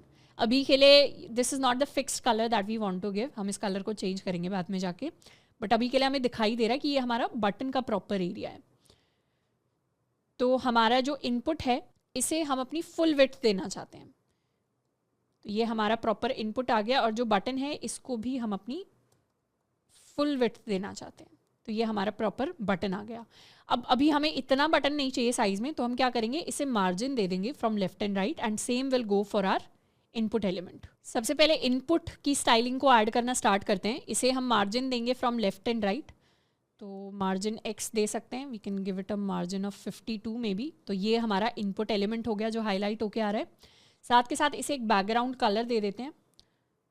If we go and look at background colour, तो बैकग्राउंड कलर में हम इसे हल्का सा ग्रेइश बैकग्राउंड इसको देंगे, तो we can give it slate 200, background slate 200 दे देते हैं, सेव। तो ये हमारा बैकग्राउंड कलर आ गया। साथ के साथ हम चाहें तो इस टेक्स्ट को सेंटर के अंदर शिफ्ट कर सकते हैं। टेक्स्ट सेंटर हमारे पास हो गया, तो टेक्स्ट सेंटर के अंदर आ गया। हम अपने प्लेस होल्डर का टेक्स्ट भी छोटा कर सकते हैं। स्पेसिफिकली अगर हमें प्लेस होल्डर का टेक्स्ट छोटा करना है टेलविंड के अंदर, तो we can write placeholder and फिर कोलन, एंड उसके बाद जो भी हम चाहते हैं, जैसे अगर हम टेक्स्ट को स्मॉल बनाना चाहते हैं तो टेक्स्ट SM हम लिख सकते हैं, तो ये टेक्स्ट हमारा स्मॉल हो गया। प्लस इसे कुछ हम मार्जिन दे देते हैं from top, margin from top equal to 2 या इक्वल टू 4। तो हमारे पास कुछ मार्जिन आ गई फ्रॉम टॉप। एंड सिमिलरली हम चाहें तो बॉटम से भी दे सकते हैं, तो margin from top and bottom हमारे पास आ गया। Let's also try and give it some padding, ताकि हाइट में थोड़ा सा देखने में बेटर लगे। पैडिंग ऑफ 2 देते हैं, तो ये हमारा इनपुट बॉक्स थोड़ा सा साइज में बड़ा हो गया।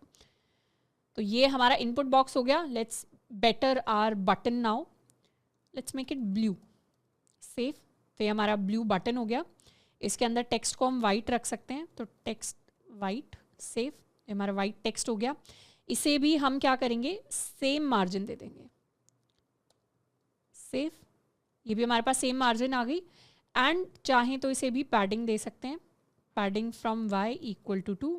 तो ये भी साइज के अंदर थोड़ा सा बड़ा हो गया है।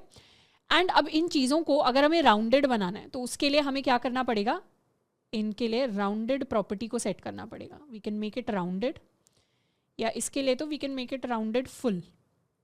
राउंडेड फुल से पिल शेप आ जाएगी सब्सक्राइब नाउ बटन में, और अपने इनपुट फील्ड को हम राउंडेड बना सकते हैं। So this is now rounded and this is our subscribe now button. We value your privacy ये जो है, इसे हम मार्जिन फ्रॉम टॉप दे सकते हैं इक्वल टू 6। एंड साथ के साथ चाहें तो इसका टेक्स्ट जो है थोड़ा सा स्मॉल कर सकते हैं। So we value your privacy. तो इस तरीके से हमारा लेटर अवेलेबल है। अब बस इसको हमें बॉर्डर थोड़ा सा देना पड़ेगा। बॉर्डर देने के लिए यहाँ पर आ जाते हैं। Let's also make it rounded, and साथ के साथ हमें अपने इस कोट कंटेनर को भी राउंडेड बनाना पड़ेगा। राउंडेड एंड बॉर्डर 2 से हमें क्लियर हो जाएगा। बॉर्डर हमें अब दिखाई दे रहा है कि क्या बॉर्डर है इसका। MY6 कर देते हैं ताकि नीचे से भी थोड़ा सा गैप मिल जाए। बॉर्डर अब हमें दिखाई दे रहा है। बॉर्डर जो है हमारे आउटर कंटेनर का, मेन कंटेनर का, वो भी क्या है, राउंडेड है, और विड्थ उसकी 2 पिक्सल्स के इक्वल है। पर हम चाहते हैं कि हमारा जो कोट कंटेनर है उसमें भी अपर एंड पे जो बॉर्डर है लेफ्ट और राइट में राउंडेड हो जाए। तो उसके लिए बॉर्डर जब हम जाकर लिखते हैं, तो अगर हमें top left and top right से सिर्फ बॉर्डर देना है, तो उसके लिए वी कैन यूज़ X। तो border left and border right अगर हमें सेट करना है, तो उसके लिए हम अपने कोट कंटेनर में जाके लिख सकते हैं बॉर्डर X2, सेव। तो ऊपर की तरफ बॉर्डर मिल गया है हमारे कंटेनर को, नीचे की तरफ एज सच कोई बॉर्डर नहीं है. We can make the colour to be black, border colour black देने के लिए we can give it border black. Save. तो ये हमारे पास हमारा कलर आ जाएगा. If you want to make it more rounded तो इसको हम राउंडेड लार्ज कर सकते हैं. We can make it rounded large, तो ये और थोड़ा सा राउंडेड हो जाएगा. प्लस यहाँ पर भी हम इसे कर सकते हैं राउंडेड लार्ज, तो ये भी राउंडेड लार्ज के इक्वल हो जाएगा. Let's come to border radius.